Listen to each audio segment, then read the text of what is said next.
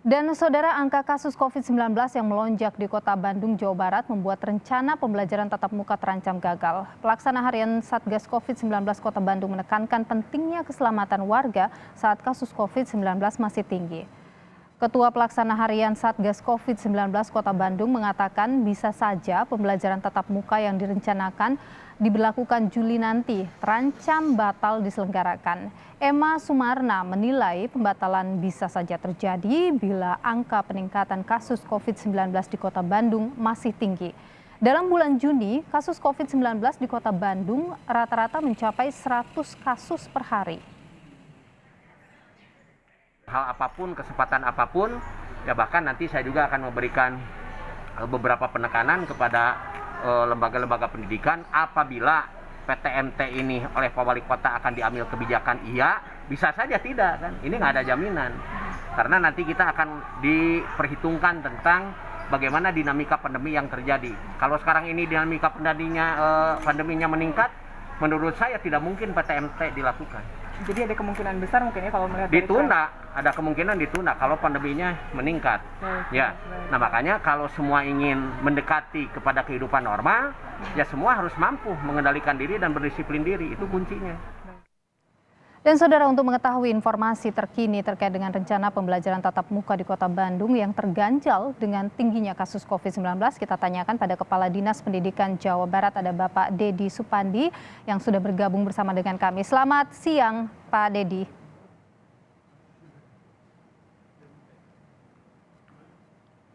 Pak Dedi, selamat siang. Selamat siang. Baik, Pak Dedi, simulasi pembelajaran tatap muka di Kota Bandung ini sudah berjalan, tapi kemudian ada ancaman gagal ya PTM ini karena adanya angka COVID-19 yang cukup tinggi. Seperti apa kemudian evaluasinya sampai dengan saat ini, Pak? Pembelajaran tatap muka yang kita lakukan sebagai evaluasi kita namakan PTM terbatas dengan adaptasi kebiasaan baru. Makanya berawal dari seluruh satuan pendidikan atau pihak sekolah wajib menyediakan sarana keduanya, baik sarana PTM maupun sarana untuk PJJ. Dan kondisinya apakah seorang anak atau siswa ini PTM atau PJJ, orang tua diberikan pilihan bagi anak-anaknya apakah bisa melaksanakan PTM ataupun PJJ. Nah, kaitan dengan kebijakan pemerintah daerah, baik itu pemerintah daerah kabupaten, pemerintah daerah kota ataupun pemerintah daerah provinsi, bahkan pemerintah pusat ataupun nasional, jika ada hal-hal tertentu kebijakan yang sifatnya membuka PPKM misalnya atau PSBB, ya tentu sekolah akan ikut dengan kebijakan itu sampai dengan batas waktu yang ditentukan di dalam kebijakan pemerintah daerah. Misalnya PPKM itu dilakukan untuk Kota Bandung dari tanggal sekian sampai tanggal sekian, ya sekolah itu sementara dulu sampai dengan batas PPKM yang dikeluarkan oleh pemerintah daerah, dan setelah itu kita lakukan kembali setelah pelaksanaan penutupan sementara yang dilakukan tadi. Pak Dedi, ini kan sudah sempat berlangsung simulasinya. Apa yang dievaluasi dari simulasi ini, Pak? Adakah yang kemudian perlu menjadi perhatian nantinya?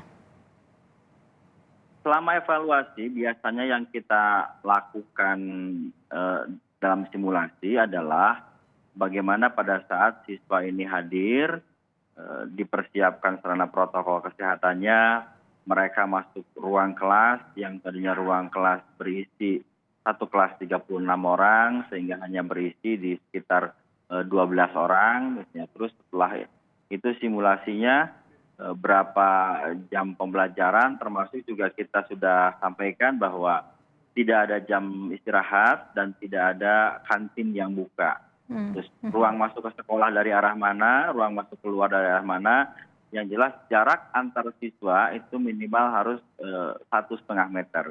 Dan nanti setelah siswa ini keluar, maka pihak sekolah harus melakukan penyemprotan disinfektan kembali terhadap ruangan-ruangan yang telah dipakai.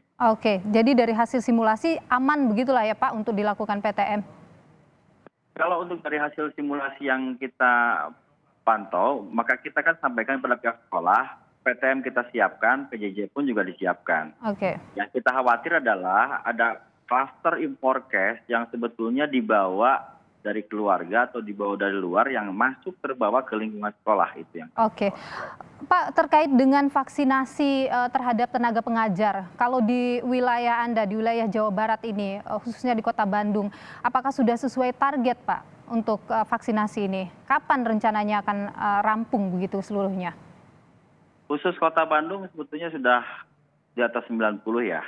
Walaupun kajian kami, laporan yang masuk melalui sistem dari tiap cabang dinas untuk seluruh Jawa Barat baru mencapai di sekitar 68%. Oke. Artinya masih ada berapa banyak yang belum divaksinasi, Pak? Masih, ini kan tenaga yang divaksin ini dari mulai tenaga kependidikan di SD, SMP, SMA, SLB, termasuk juga di tempat PAUD. Kalau kita lakukan memang yang untuk teman-teman di level tenaga kependidikan SMA dan SMK, kebagian di bulan Juni ini. Jadi kita tidak optimis bahwa di bulan Juni ini sebetulnya pemberian vaksin bisa berjalan dengan baik.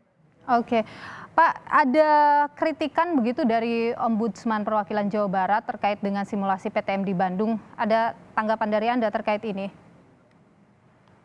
Kemarin kita lakukan sama-sama dengan Ombudsman di Bandung. Kritikannya adalah hal baiknya yang dilakukan ini adalah bagaimana penanganan yang dilakukan saat terjadi, jadi harus kolaborasi dengan pemerintah daerah pada saat anak ini menuju ke sekolah atau balik ke sekolah gitu.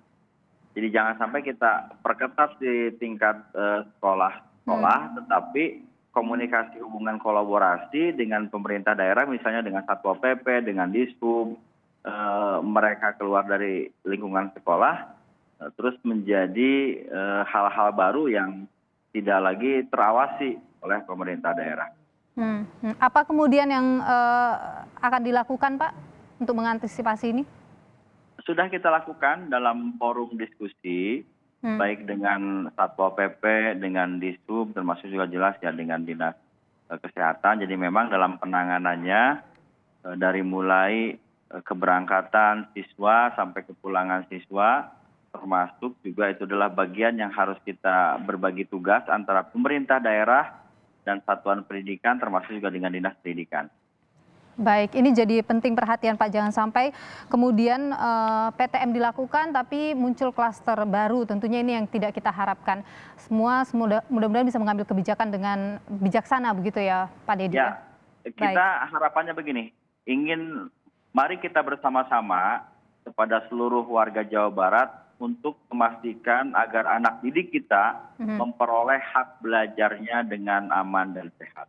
Baik, terima kasih Pak Dedi Supandi, Kepala Dinas Pendidikan Jawa Barat sudah bergabung di Kompas Siang hari ini.